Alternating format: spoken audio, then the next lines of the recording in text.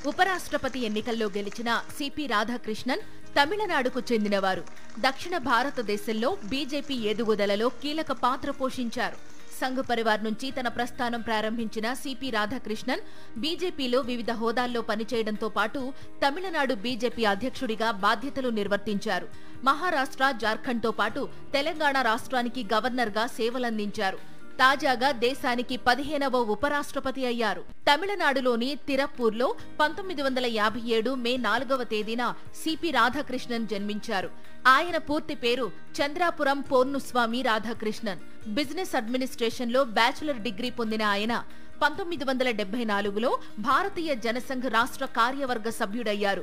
Tamil Nadu BJP senior నాయకుల్లో ఒకరిగా గుర్తింపు పొందారు. కోయంబత్తూర్ లోక్సభ స్థానం నుంచి 2 సార్లు ఎంపీగా ఎన్నికయ్యారు. 2016 నుంచి 2019 వరకు all India coir board chairman గా సేవలందించారు.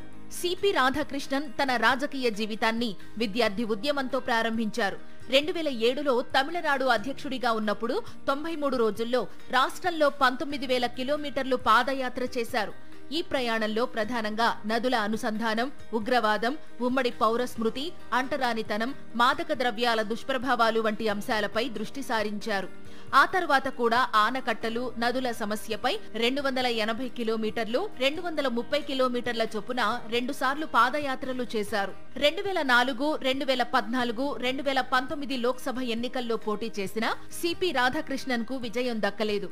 ఈ నేపథ్యంలో 2023 ఫిబ్రవరిలో జార్ఖండ్ గవర్నర్ గా నియమితులయ్యారు. ఆ తర్వాత తెలంగాణతో పాటు పుదుచ్చేరి లెఫ్టినెంట్ గవర్నర్ గా అదనపు బాధ్యతలు నిర్వహించారు. 2024 జులై నుంచి మహారాష్ట్ర గవర్నర్ గా కొనసాగుతున్న సిపి రాధాకృష్ణన్ ను ఎన్డీఏ ఉపరాష్ట్రపతి అభ్యర్థిగా ఎంపిక చేసింది. ఈ ఎన్నికల్లో ఇండియా కూటమి అభ్యర్థి జస్టిస్ సుదర్శన్ రెడ్డిని ఆయన ఓడించారు.